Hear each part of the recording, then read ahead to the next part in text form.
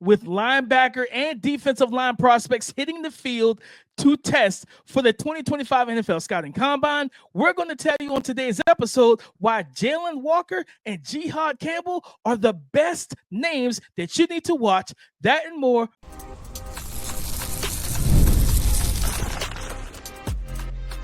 You are Locked On NFL Draft, your daily podcast covering the NFL Draft. Part of the Locked On Podcast Network, your team every day. Welcome back to the Locked On NFL Draft Podcast, your daily podcast covering your favorite draft prospects, part of the Locked On Podcast Network, your team every day. I'm your boy, Damian Parson. I am an offensive draft analyst over at Bleacher Report. That's my guy, Keith Sanchez. He is the director of scouting with the Draft Network and 2019 national champion with those LSU Tigers. Guys, thank you for making Locked On NFL Draft your first listen today and everyday shot, for being our every day as we have a fun show. It is finally time for prospects to hit the field for the NFL Scouting Combine. We're going to talk about the linebackers to watch, those defensive linemen to watch, and we're going to predict who's going to run the fastest 40 from both of those positions. Let's get into it. Keith, when you look at this linebacker group, man, and I think we've said it for months, that this is actually a pretty good group of linebackers, man. Mm-hmm. Like there's some real talent here to be not just NFL starters, but potential NFL playmakers on the second level of said defense. And of course, I think it starts with, when you look at this group, a guy I want to see, because he's not listed with the edges, it's Jalon Walker out of Georgia. I want to see what he actually tests. I know he was on, I think Bruce Feldman dropped his Combine Freaks list, and I believe Jalon Walker made the list. And if I remember correctly, don't quote me, guys, but I think the time was anywhere from between like 4.4 to 4.5. I think is what he had. I think he had Jalon Walker. So that's what I'm looking forward to seeing. Is he going to have that? What was it? Remember the year? Devin White, Devin Bush, back-to-back linebackers. Oh, yeah. Same first name.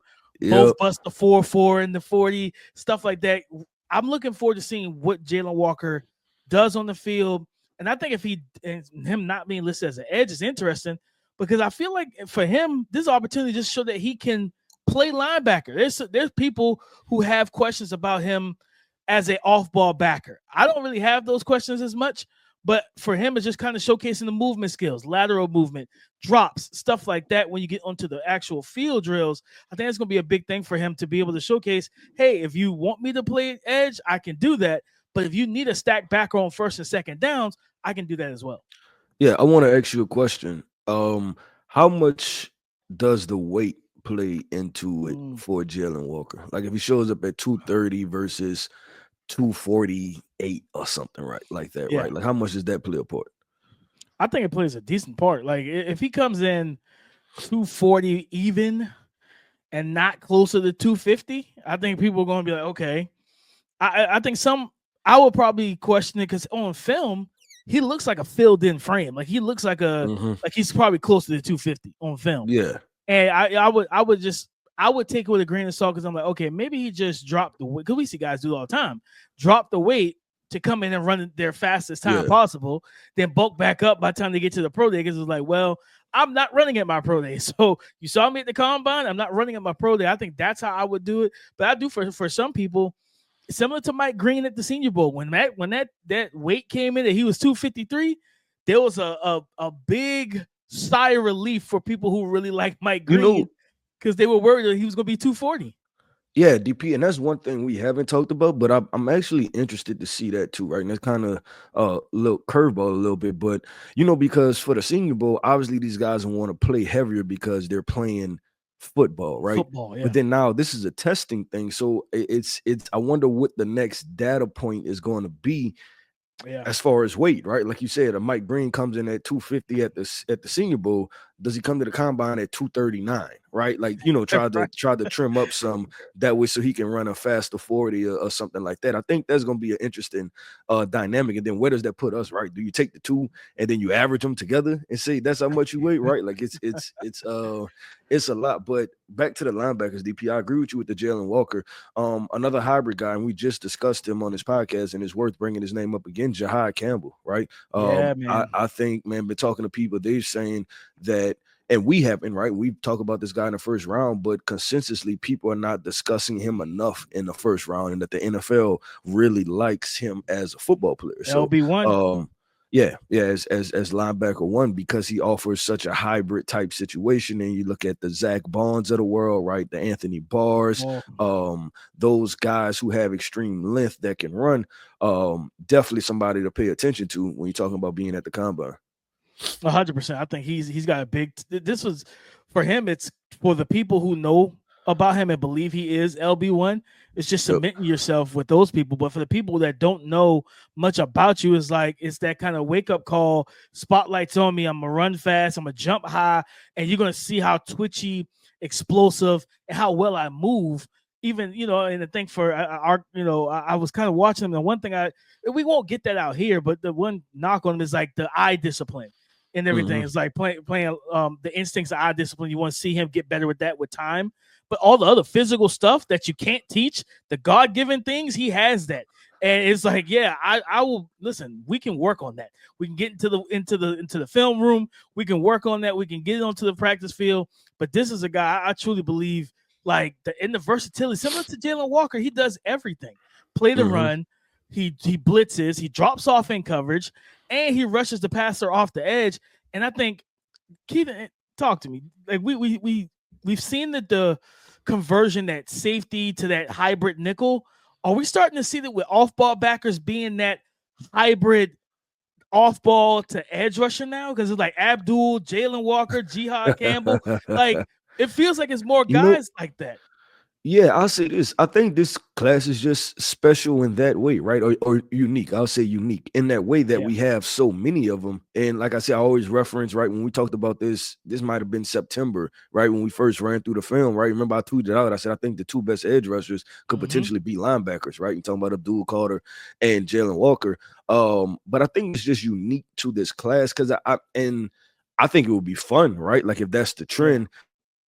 About is that how many linebackers actually have that skill set, right? Like how many of them can actually do that? Because it's one thing to say I'm a line up there, but you got to be effective doing it, right? So I think it's actually a unique thing to this class, and it's something that draft fans, if you feel like you need an elevated front seven, why not look at this situation and say, hey, let's go get one of these unique guys, because this is and it's to your point, but in a different manner, that this doesn't come around every single year. So maybe that, and it could be a trendy P and it could not, right? But when you have these talented guys, why not go get one of those guys and give them an opportunity to play football, play in your defense, and do some versatile things.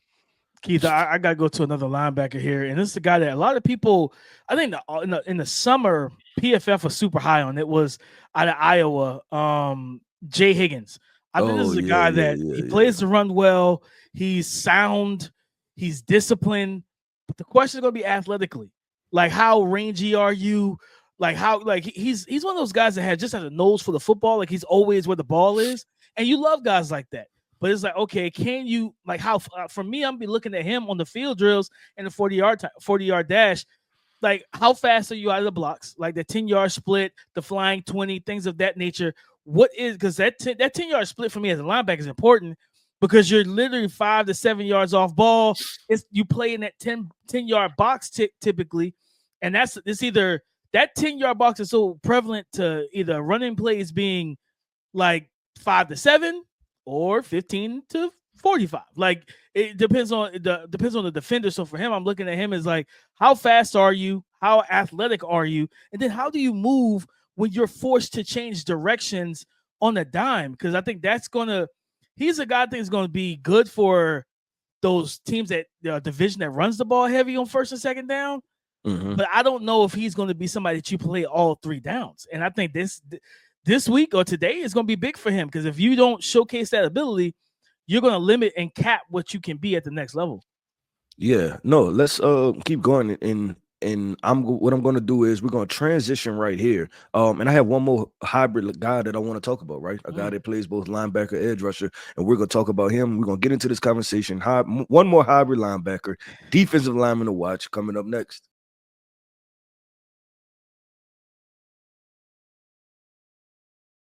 Keith, you said you had one more hybrid linebacker edge that you wanted to highlight for today's workout. Who's that, Keith?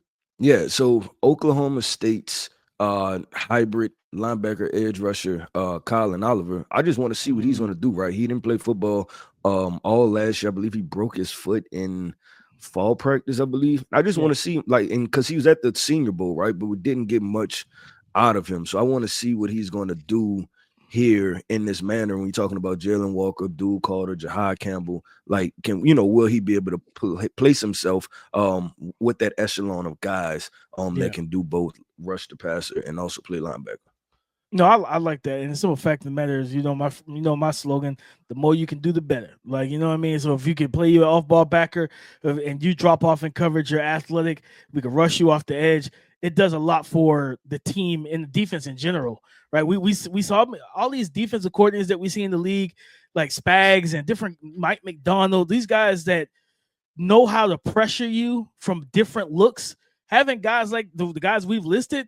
Man, if you let these type of guys get into those schemes and systems, it's a problem. When you have a defensive coordinator who knows how to use one of these hybrid guys to the best of their ability and get the most out of them, like, squeezing all the juice out of the fruit. Yeah, those are the type of guys that can absolutely change the game, just overall. But Keith, the defensive line is such a this is one of the gems of this class. The defensive line is so loaded with talent, and I'm, of course, we talk about the Mason Grahams, the Kenneth Grants, the Mike Greens, and the guys like that play all along in the front, Keith. But looking at this group and kind of where I want to start, honestly, like the actual defensive lineman to pay attention to, the guy that was at the Senior Bowl, Aeneas Peoples for Virginia Tech. I like this. He's quick off the ball. Now he's gonna be like 6'6", maybe. Yeah, 6 foot even, right? Good 6 foot even. Like a good 290. Like, he's one of those shorter, just gap shooting interior defensive linemen. Like, you give him one gap to hit, he's gonna hit it. He's gonna get in the backfield. That first step is quick. He can create havoc back there. And it's like, I want to just see for him how he tests and everything to kind of to cement that. Like, all right.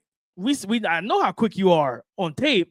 What's that first step look like in the 40? I'm not telling you go out here and bust a 4.6 or anything like that. It's 290 pounds. I don't need that from you.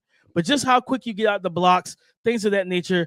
And also, like, is this a guy that, you want to see, like, because I can't remember if even though with the arm length and stuff that they do at the Senior Bowl, we do see at times guys' measurements come in a little differently at the combine. So getting remeasured, like, okay, how long are your arms?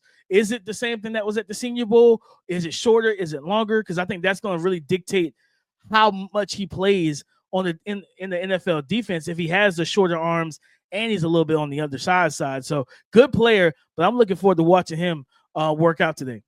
Yeah, no, I like that call out, DP. Looking at the defensive lineman, I want to go with James Pierce if he's going to be doing all the drills, right? Like, he's a guy that we go to the height weight thing. I want to see exactly what he measures in. Is he 6'3", 238, or is he 6'5", 250? I think it's going to matter a lot for him. But then also with the testing, right? Like, what is his broad jump? What is his vertical jump? What does he run, right? How explosive is he running a 40-yard dash and doing those jumps? I think that's going to be really big for him, DP, because obviously there've been, and you don't know if those reports are anchored in truth or if they're anchored in just clickbait stuff, right? But obviously there's been a couple reports, but just he has the opportunity to almost dispel that and also get people to, I don't want to say overlook them. You just don't know, right? If there is something, just get people to still buy in. If there's not, then it's just ridiculous that people do that. But James Pierce is definitely somebody that I'm sitting there looking at. And then the other guys is the Ohio State guys. I think that they've kind of floated in this kind of late day 2 bucket, talking about Jack Sawyer and JT Tuomalu. I want to see you talking about both former 5-star guys, right? That went to Ohio State, that haven't had great production as far as sacks, right? But they walk off and they leave college as I think 4-year players and college football champions, right? So I want to see what do they test, right? And then so that helps paint a clearer picture of, are those guys kind of capped, right? Or is there still more to kind of bring out of those guys? Like, was it Ohio State that was kind of telling them how to go about playing football, play the run first, and that's why they were so delayed in getting after the quarterback? Or if they have their own athletic ceiling that has already been matched and peaked. So those two edge rushers for Ohio State, I definitely want to see those guys too. Oh, absolutely. You got to see those guys. Keith, it's a young man over at Maryland. I believe he went to the Shrine Bowl, if I remember correctly. Jordan Phillips. I think he comes in listed like 6'1", almost 320 and everything. Former stand-up. He's like a wrestler, weightlifter in high school, and you see that translate right to tape. This dude is physical at the point of attack. And he's kind of got that sawed-off body because he's not 6'2", 6'3", 6'4" on the interior D-line. He's about 6'1" and maybe and a half. But I want to see just like this is a guy I think that could be a top 100 player on the interior defensive line. He's so disruptive, so physical and violent to move. He's a people mover. He moves bodies at the line of scrimmage. And I want to just see how he handles the day overall. You know, I don't expect him to run super fast, but again, that get off, like, because that's what's going to really dictate your value on third down is how quickly do you get off the ball to be able to use that power on against these interior offensive linemen at the next level in the NFL. Can you quickly get into their airspace, get your hands fitted, and drive them back into the quarterback? Or are you a guy that's more of a slow cook pocket pusher? You know what I mean? And it's like just being able to decipher which one you are, figure that out is going to be big. But this is a guy I think, you know, their interior defensive line teams that really want to help their, like, I think Panther fans will tell you, man, we need to fix the run. Like, we couldn't stop the run for nothing. You didn't have Derrick Brown, so that hurt. But if you wanted to get a guy third round, top 100, maybe back into the top 100, I think Jordan Phillips out of Maryland could absolutely be that guy. DP, that's a hell of a name call. Man, we always talk about guys that nobody's talking about. That's a nobody's talking about type of guy right there. Couple other guys, DP, that I think running the 40. We'll talk about one of my favorite guys, obviously Barron Sorrell, right? If he's testing, want to see what he does. That bucket of, you know, Princely, Yumi Milan, the Kyle Kennard, right? I want to see what those guys are going to do too. You know, just as far as their athletic testing, because it's always, DP is always a couple random guys that put down 4.4 40 times, right? And we just like, where did that come from? Or, you know, and it just honestly, it just elevates them, right? It just like, hey, these are premier athletes on the edge that we have to pay attention to. And I think that, you know, just that bucket of guys that we're talking about, like the testing is going to be so important because it's just the margins, right? The margins are going to matter for them being able to elevate themselves. Yeah, 100%, Keith. And, you know, I've been talking about the interior defensive line guys, but on the edge, a guy I think that needs to have a day, Josiah Stewart out of Michigan. Yeah. Because when you're 6'1", 240, 245, you're that sawed-off, shorter, squatty type of edge rusher, you're going to need to test well. You know what I mean? Like, because it's similar to like the running backs when we talked about it. Same thing with small wide receivers. If you're short, you need to test well. Like, that's just is what it is. Athletically, you need to be above the class because you're going to be graded on the curve because you don't meet the height, arm length, weight requirements for certain teams. So you need to test off the charts. So, this is a guy I want to see be explosive, be dynamic in the 40-yard dash and in the jumps and everything, but also just showcase fluidity when it comes down to the figure 8 drill and movement skills. Like, he's got because I think for him, good player, it's just the body type is going to make it difficult to see the field consistently at the next level because you are shorter. And I don't know his actual arm length until the numbers come out, but like that's going to be big for him, man. I think he needs to have a day to really make, because if you don't, you run the risk of being a 4th, 5th round pick in the edge class that's loaded with talent.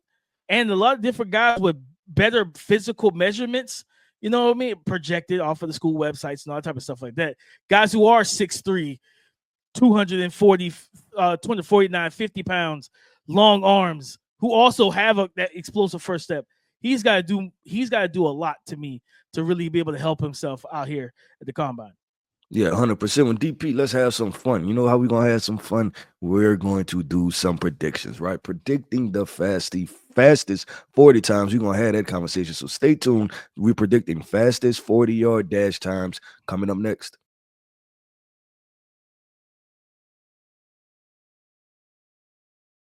Thank you for making Locked On NFL Draft your first listen today and every day. Sorry for being our every day's fastest 40-yard dash predictions. Let's start with the linebackers, Keith. I think we might end up having the same guy. We have not talked about this, guys. We didn't talk about this off air. I'm gonna go with Jihaad Campbell out of Alabama. I think Jihaad is a really, really superior athlete. He's twitchy, he's explosive downhill. I think he's going to have some competition. But I'm picking him to run the fastest 40 out of the linebackers today. Okay, I'm gonna go with. This is tough, DP, because I thought initially we were picking from the entire draft class, but this is linebackers and D line, right? Yeah. I'm gonna go with Oklahoma State linebacker Nick Martin. I heard he could slide. So it shows up I'm gonna on go tape. with him. Yeah, and I think he's probably closer to the 230-ish range, right? So he's not that heavy. I think he can pick him up, put him down. I think he can move some. I'm gonna go with Nick Martin, and then the other guy. It's a couple guys that I want to throw in that bucket though. I'm gonna go Nick Martin. That's what I think run the fastest. But other guys to look out for: Auburn's Eugene Asante potentially, because I heard he can run. And then two other guys, Shamar James, linebacker from Florida. I think he can move. And then your guy, DP, Jeffrey Bassa from Oregon. I think he another one that can move. Yeah, I think Boss is going to put up some good times. I think Barrett Carter as well. It's going to be interesting to see what he weighs in at. Yeah, he needs a big week, right? When you're talking about guys that need a big week, he's in need of a big week guy. Because he's been kind of off the beaten path in a sense. Like he feels like a forgotten guy in this linebacker class. You want to know why? Partially because this class, his bread and butter is being athletic, right? And movement skills, things like that. But this is such an athletic linebacker class that it's like, man, like I can't even have kind of the leg up on guys in this class because all of them athletic. No, 100%. So I think he should put up a good time. But again, I think for him, it's like, what do you weigh in at? Because I remember looking at him from camp and going into the season, I was like, okay, he bulked up. Like he does not look the same size. Like he looked much stronger. Put more muscle into his frame, because that was a big talking point for him in 2023 was the missed tackles, the play strength, things like that. And I felt like he wanted to address that a little bit more this year, this season. So coming into the season, that was a big thing. My dark horse, I don't want to call him a dark horse, Keith. There's two. Carson Schlesinger from UCLA. Okay. Like he can fly. Like he's got that range. And then Chris Paul from Ole Miss. Oh, that's another good one. That's another guy that can pick him up and put him down and can move. And so I think this like you said, this may be one of the more athletic linebacker classes we've seen in the past couple of years. Like all these guys are athletic.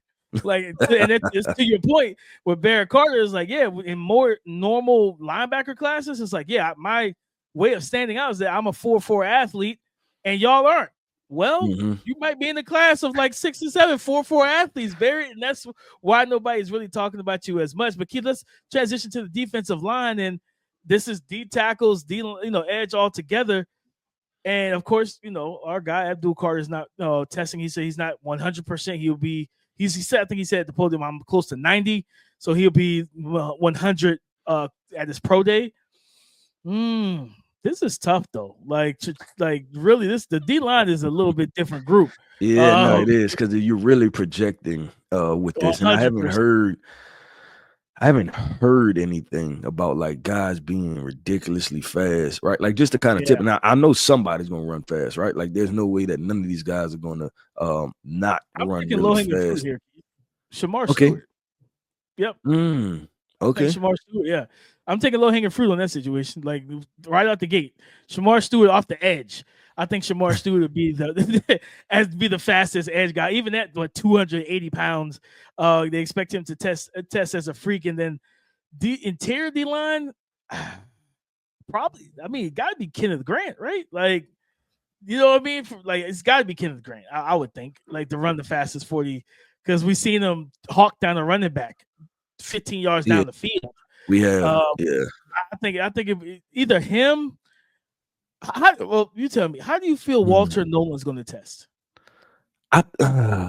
That's tough, because I think with his size, right, 290, I think he has a clear shot to run like a 4.75, right? But I don't know if he's gonna come in at a 5 flat, right? It's just with the big guys, it's definitely tough. Oh man, I'm looking at some of these names, DP, and I'm trying to find a guy that I'm like, yeah, I think he could get it done. Oh man, because I'm trying to even think about body types, right? Like low Yeah. body fat percentage, things like that. This is tough. This is tough, DP.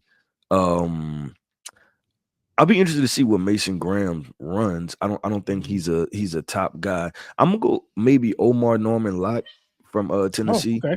Yeah. Maybe he a guy that can pick him up, put him down. No, I don't mind that at all, Keith. I don't mind that at all. I think, a guy that I think that we could put. I think Princely for sure off the edge is another name to look at. Yeah.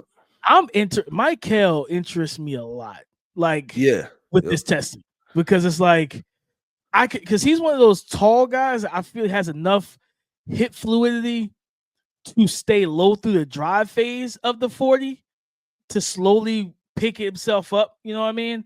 So I think Michael might have a good time. I think he needs it. Yeah, I was just about to say he's another needed guy, right? He's another guy that needs to perform well at the NFL Combine to get the buzz and the momentum back rolling in his way. But DP, that wraps up another episode, man, of the Locked On NFL Draft Podcast. I want to end this podcast off by saying shout out to our everydayers. Thank you for tapping in with us each and every single day over here at Locked On NFL Draft. I am Keith Sanchez. You can find me on X at The Talent Code. That right there is my guy, my co-host, Mr. Damian Parson. You can find him on X at DP_NFL. And like we like to say, man, y'all come talk to us because we like to talk back. Go subscribe and follow for free on YouTube, wherever you listen to podcasts, to get the latest episode as soon as it is available. On tomorrow's show, we're going to recap today's action. Who are the money makers and bag fumblers from the linebackers and defensive line groups from their testing? We'll talk about that on tomorrow's show. So come and join the conversation again tomorrow on the Locked On Podcast Network, your team every day.